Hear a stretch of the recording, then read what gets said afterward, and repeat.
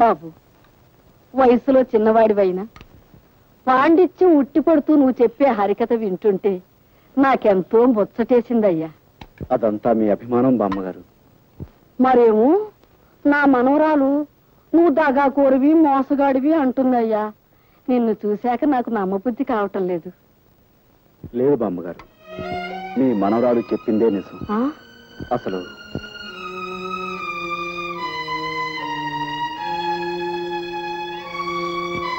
ఆ పరిస్థితుల్లో ఈ విధంగా మారాల్సి వచ్చింది బామ్మగారు.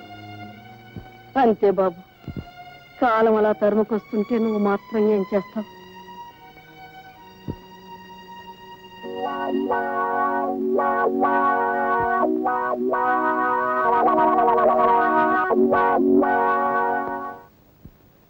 భయమే నీ శత్రువు ఓ మనిషి, భయమే నీ మృత్యువు. ఈ మాయగాడి వేషాలకు మోసాలకు అంతం లేకుండా పోతుంది. ఇంట్లో లేకుండా చూసి ఇతని గదంతా గాలించి గుట్టుమట్టులు బయట పెట్టాలి.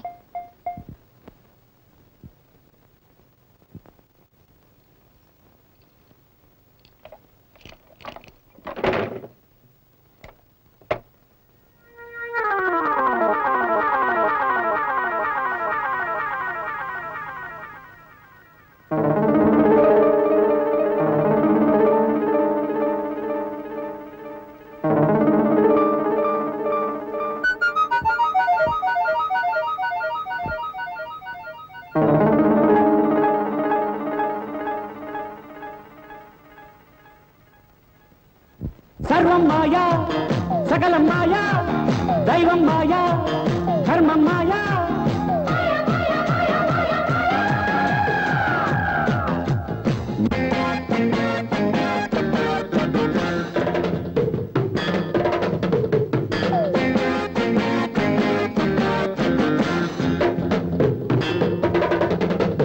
మహానగరంలో మాయగాడు, మహానగరంలో మాయగాడు, చిరకాలంగా ఈ మానవుడు చిరంజీవిగా ఉన్నాడు, చిరంజీవిగా ఉన్నాడు.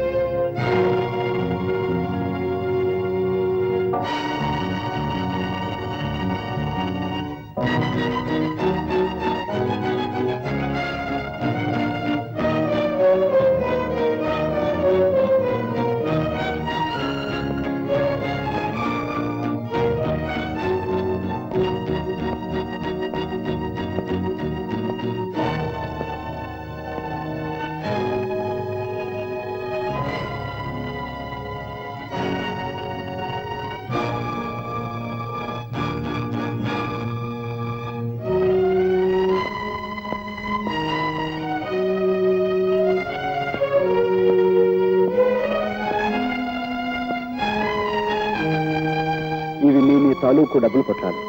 వీటి మీద మీ పేర్లు కూడా రాస్తున్నాయి. ఇది వరకు మిమ్మల్ని ఒకసారి క్షమించమని అడిగాను, ఇప్పుడు మళ్ళీ అడుగుతున్నాను. మీ డబ్బు కాజేసినందుకు నన్ను క్షమించండి. తీసుకోండి.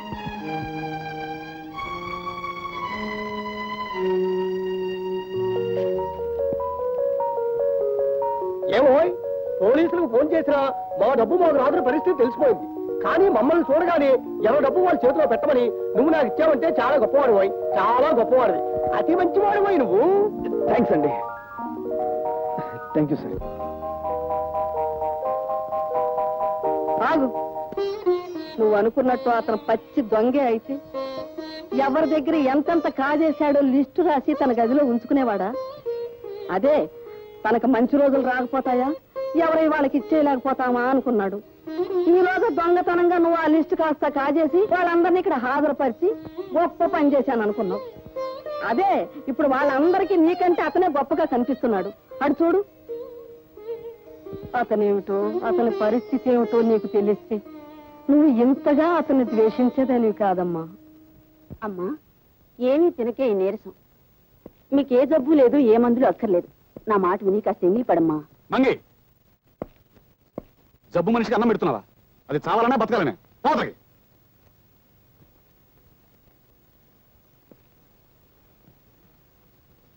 చూడు జానకి, డాక్టర్ నీకు ఎన్నో మందులు ఇచ్చాడు.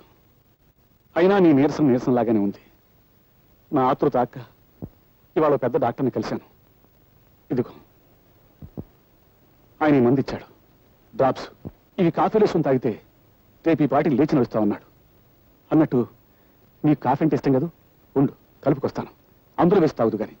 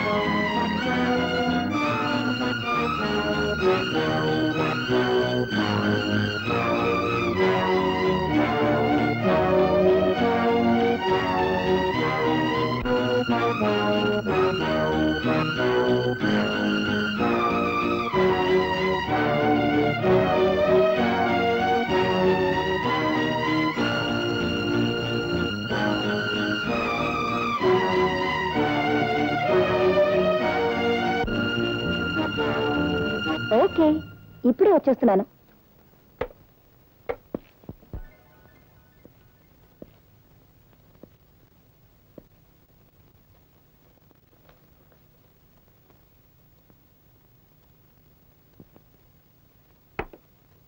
జానకి, జానకి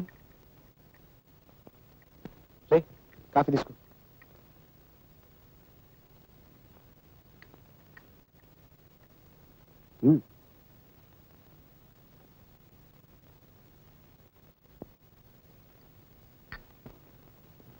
పడుకో, కాసేపట్లో బాగా నిద్రపడుతుంది.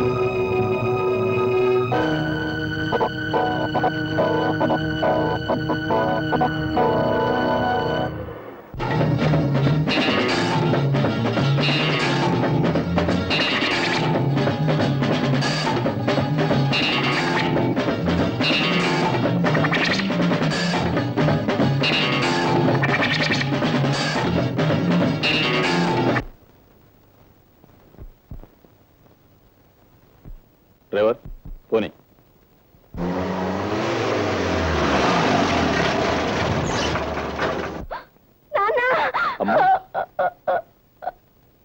ఏం జరిగిందమ్మా?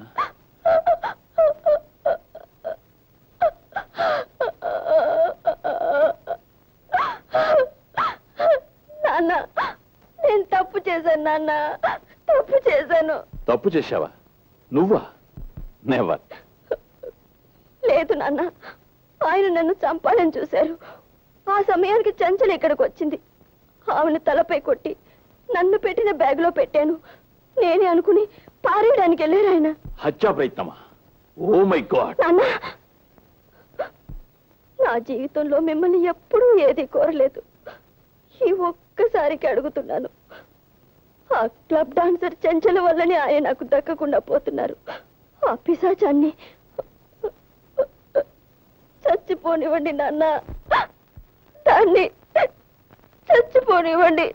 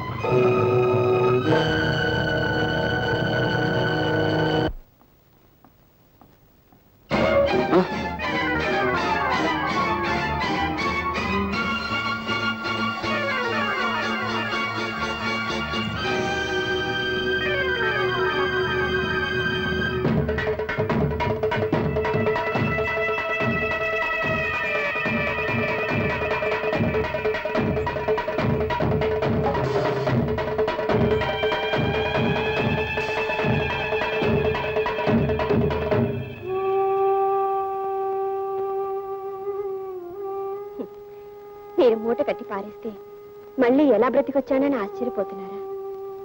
మీరు నన్ను మూటలో పెడితే నేను మీ ప్రియురాల్ని మూటలో పెట్టాను. మీ ప్రియురాలు పారవేదగ్గ మనిషి కాబట్టి పారేసి వచ్చారు. అంతే తప్ప మీరే తప్పు చేయలేదు. చేశానని మీరు బాధపడ్డారనుకోండి, అప్పుడు ఆవిడ చచ్చిపోయినట్టు అవుతుంది, మీరే ఆవిడని చంపినట్టు అవుతుంది. అందుకు నేనే ప్రత్యక్ష సాక్షిని. మనం హాయిగా బ్రతకడానికి ఆవిడని మర్చిపోతారు, లేక హత్య చేసినందుకు పరితపించిపోతారు, మీ నిర్ణయానికి వదిలేస్తున్నాను. బెదిరించడం కాదు, మిమ్మల్ని బాగుపరుచుకుంటున్నాను. కిలుం పట్టిన దేవుడి విగ్రహాన్ని దేవుడిని చూడకుండా మట్టితో తోముతాం. మిమ్మల్ని నా మనిషిగా మిగిల్చుకోవడానికి నేను అలాంటి పని చేస్తున్నాను. రండి భోంచేద్దాం. మీ ప్రియురాలి హత్యకు నేనే ప్రత్యక్ష సాక్షిని. మీ ప్రియురాలి హత్యకు నేనే ప్రత్యక్ష సాక్షిని. నా చెవులు కూడా మీకే పట్టినట్టున్నాయి. మీరు ఇంట్లో భోంచేసి చాలా రోజులైంది, నేను భోంచేసి కూడా చాలా రోజులైంది. కలిసి భోంచేద్దాం రండి.